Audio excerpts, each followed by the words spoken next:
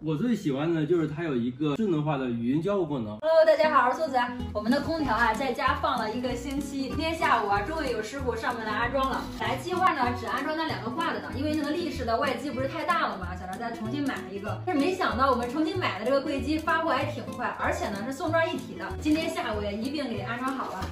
有这么一堆的箱子，明天收拾收拾，赶紧处理一下。这屋的空调是第1个安装的，但是没想到第1个安装的就出了点问题。看这个空调的脚这儿有个划痕，可能是运输的过程中碰的吧。手机看不出来。这空调刚一挂上，我们就发现这个划痕了。后来呢，就跟平台沟通，平台说你这新买的空调嘛，退换都是没有问题的，但是呢，需要你在平台上重新下个单。我们发现最近这个型号的价格比我们之前买的还是涨了不少的，因为当时是活动的价格买的嘛。而且网上一查呢，这个型号的在北京也没有货了，等到有货了再买吧，就不知道啥时候了。后来一想，就这样吧，反正在这个角落，而且这窗帘挡着呢，不是太明显。这边这个空调在安装的时候呢，主要纠结安装位置的问题，因为这面墙的特殊性，所以这个空调有2种选择。第一种呢，就是放在这面墙上，但是带来的问题呢，就是会直吹床，可能晚上会特别冷啊什么的。如果放在这面墙上的话，因为空调的长度是80，这个墙的长度呢是76，就会凸出来这么一点儿，就很不美观。当时很纠结，最终综合考虑还是放在正面墙上吧。到时候如果怕冷的话，可以安装个挡板啊什么的。接下来隆重登场呢，就是我家最重磅的这个空调了。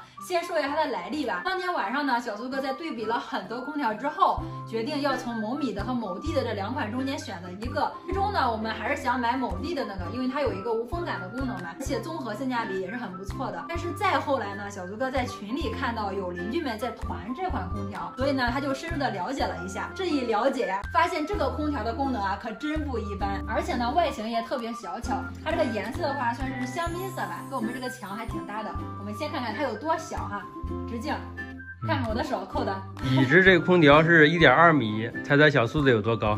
那这样比的话，那我只有1.4米啊，最多1.4米。不对，是因为下面加了个底座，空调呢净高是1.2米，下面加了个底座有30公分吧？对，30公分，那咱1.5米嘛。1.5米，那这样看我1.7米了吧？得有。你头20公分啊？啊，因为它外形比较小巧嘛，所以在安装的时候呢，有2种选择方式。第一种呢就是挂式，第2种就是像这样的立式。挂起来的话，它只有1.2米，所以下面呢还有很多空间可以放个东西啊什么的。但是我觉着挂起来有点奇怪，不太美观，所以我们还是选择这种带底座的立式。接下来由我给大家介绍一下我们家这款宝贝的主要功能。首先说一下开机，普通的空调呢用遥控器打开，我们家这个空调不光遥控器可以打开，而且喊声就开了。小美，小美，我在。打开空调。好的，客厅空调已开机，抽湿模式，26度，自动风。已经开始工作了。这把又凉快起来了。这空调是新风空调，之前留的那种小孔是不行的，结果今天下午那师傅打这么大一个孔，打了半多小时，给大家看一眼。它除了有空调常规的功能，还有一些特殊的功能，给大家展示一下啊。首先这个写个 PM2.5，它是一个新风系统，是过滤器。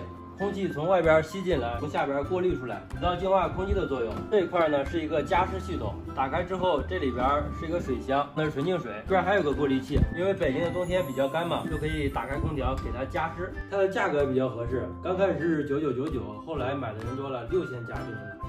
我最喜欢的就是它有一个智能化的语音交互功能，说白了就是它能与人交流。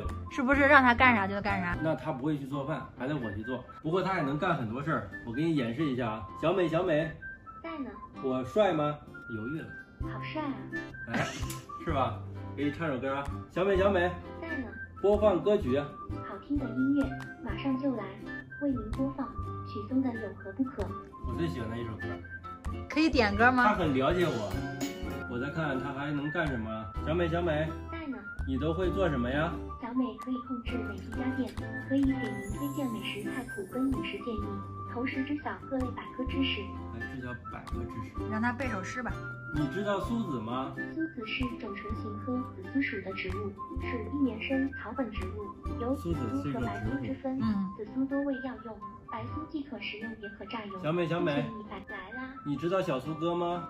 小松的代表作太多了，一时我也想不起来。你看看，嘿嘿，小美，小美，我在。望庐山瀑布。望庐山瀑布，李白。日照香炉生紫烟，遥看瀑布挂前川。小美，小美，直下，你说。闭嘴。好吧，看来你现在不想跟我聊天，那我就安静一会吧。你有需要再来找我。好的。